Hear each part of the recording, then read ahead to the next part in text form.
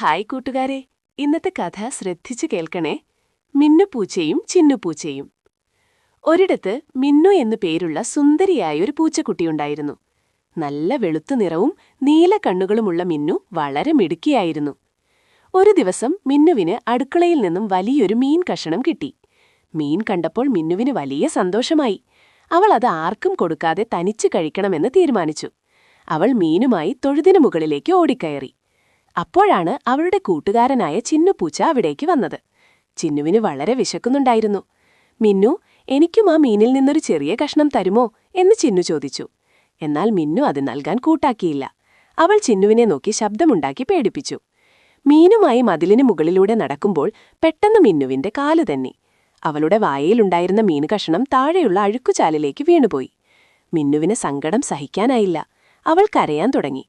ഇത് കണ്ട ചിന്നുപൂച്ച ഉടനെ ഓടിവന്ന് മിന്നുവിനെ ആശ്വസിപ്പിച്ചു. തന്റെ കയ്യിലുണ്ടായിരുന്ന ചെറിയൊരു റൊട്ടിക്കഷണം ചിന്നു സ്നേഹത്തോടെ മിന്നുവിന് നൽകി. മിന്നുവിന് തന്റെ സ്വാർത്ഥതയിൽ വലിയ വിഷമം തോന്നി. അവൾ ചിന്നുവിനോട് ക്ഷമ ചോദിച്ചു. അന്നുമുതൽ മിന്നുവും ചിന്നുവും ഉറ്റ കൂട്ടുകാരായി മാറി. എന്ത് കിട്ടിയാലും അവർ അത് പരസ്പരം പങ്കുവച്ച് കഴിക്കാൻ ശീലിച്ചു. അങ്ങനെ അവർ സന്തോഷത്തോടെ ജീവിച്ചു.